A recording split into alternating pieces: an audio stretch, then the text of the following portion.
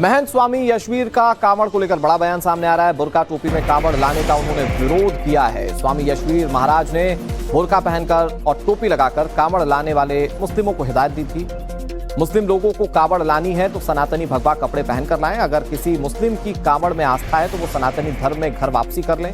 टोपी बुर्का पहनकर कांवड़ लाने वाले मुस्लिम लोग मीडिया में छाने के लिए ढूंढ कर रहे हैं। ये यशवीर महाराज का बयान है। देखिए, मेरा ये कहना है, यदि मुस्लिम महिलाएं, मुस्लिम पुरुष कावड़ श्रद्धावश ला रहे हैं तो इसका तो मैं धन्यवाद करता हूं। लेकिन वो जो कावड़ ला रहे हैं महिलाएं बुर्के में और मुस्लिम लड़के अपने मजहब की गोल टोपी ओढ़ करके ला रहे हैं, मैं इसका घोर विरोध करता हूं। क्योंकि कावड़ हमारी सनातन धर्म की परंपरा का, आस्था का प्रतीक है। यदि उनको कावड़ लानी है तो अपने मजहब की वर्दी में न ला करके सनातन धर्म की कावड़ की जो भगवे रंग की वर्दी है उस वर्दी को पहन करके ही लाएं। मैं आपको ये याद दिला दूं कि वही यशवीर महाराज हैं जिन्होंने पिछले साल कावड़ रूट पर जो दुकानें खुली हुई थी उसमें असली प्रोपराइटर के नाम को लेकर काफी ज्यादा हंगामा किया था। इस बार ये नई बातों को कहते हुए सामने आए। इधर दिल्ली में इस वक्त एक बड़ी खबर आ रही है। नोएडा के चिल्ला बॉर्डर पर कांवड़ शिविर लगाया गया। शनि मंदिर पर कांवड़ियों के लिए विशेष इंतजाम किए गए। सावन के शुरू होने के साथ साथ कांवड़ यात्रा की शुरुआत हो गई है। कांवड़ियों का सैलाब कल से उमड़ेगा और ऐसे में उनके रुकने के लिए और सुविधाओं के लिए अलग अलग जगहों पर व्यवस्था की गई है। कांवड़ समितियों के जरिए उनके आराम और खाने पीने का इंतजाम किया गया है।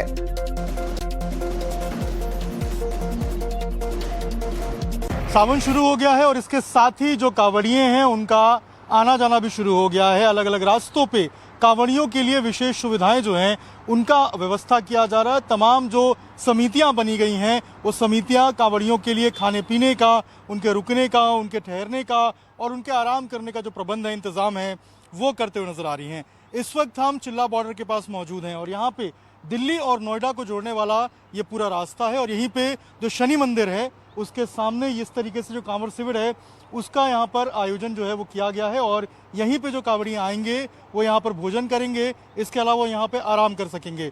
कल से इसका विधिवत शुभारंभ होगा और अभी भी आप देखेंगे तो कुछ कांवड़ियाँ आपको यहाँ पर लेटे हुए नजर आएंगे। तो उनके आराम का, उनके खाने का जो पूरा प्रबंध है वो यहाँ पे जो मंदिर प्रबंधन समिति है उसके द्वारा किया जा रहा है। त्यागी जी हमारे साथ हैं। त्यागी जी, क्या क्या इंतजाम है यहाँ पे, किस तरीके से करेंगे आप लोग? ये यहाँ आप देख ही रहे हो तो यहाँ रात में रुकने का इंतजाम है। कूलर है, हमारा ऑफिस है यहाँ नीचे भी हमारे पे हॉल है एक बहुत बड़ा, वहाँ लेटने का इंतजाम है इनका। खाने की व्यवस्था, कच्चा खाना खिलवाते हैं हम, पूरी सब्जी नहीं बनाते कभी भी।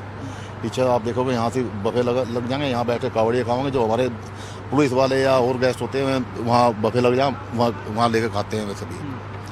हर साल ये लगता है या इस साल? नहीं, हर साल लगता है। अब ये पहले हम नीचे लगा कर छोटे स्तर पर लगा हुआ था, लेकिन अब ये 15 साल है ऊपर लगाते हैं हमें। कल से इसका विधिवत शुभारंभ होने वाला है। कल सवेरे 9:30 बजे इसका विधिवत उद्घाटन हो जाएगा। मेडिकल सुविधा यहाँ से सब हॉस्पिटल वाले यहाँ इस साइड में आकर बैठ जाएंगे, बस पूरा इंतजाम रहता है। इस रास्ते से कांवड़िए जो है वो किस तरफ जाते हैं, कहाँ से जल लेने जाते हैं? ये रास्ते से आते हैं राजस्थान और हरियाणा। और कहाँ तक जाते हैं? राजस्थान ये करौली तक जाते हैं, वहाँ से जल लेते हैं? नहीं, जल तो उधर से ले आते हैं, जल चढ़ाते हैं वहाँ जाकर करौली में। आप जहाँ भी चढ़ा होता अपने मंदिर में चढ़ाते हैं, तो वहीं जाते हैं। लाइट के साथ साथ उनके रात में रुकने की व्यवस्था सब चीज? हाँ, लाइट है। लाइट हमारे पास अभी देख रहे हो आप, सब चालू होगी। जनरेटर है हमारे पास में, कोई दिक्कत नहीं है। पूरी सुविधाएं हैं? पूरी सुविधाएं हैं। तो पूरी सुविधाएं हैं और अगर आप देखेंगे तो यहाँ पर गद्दे लगाए गए हैं ताकि जो कांवड़िए आएंगे, थक जाएंगे, वो यहाँ पर आराम कर सकते हैं। इसके अलावा यहाँ पर टेबल कुर्सियाँ जो हैं वो भी लगाई गई हैं जहाँ पर वो आकर भोजन करेंगे।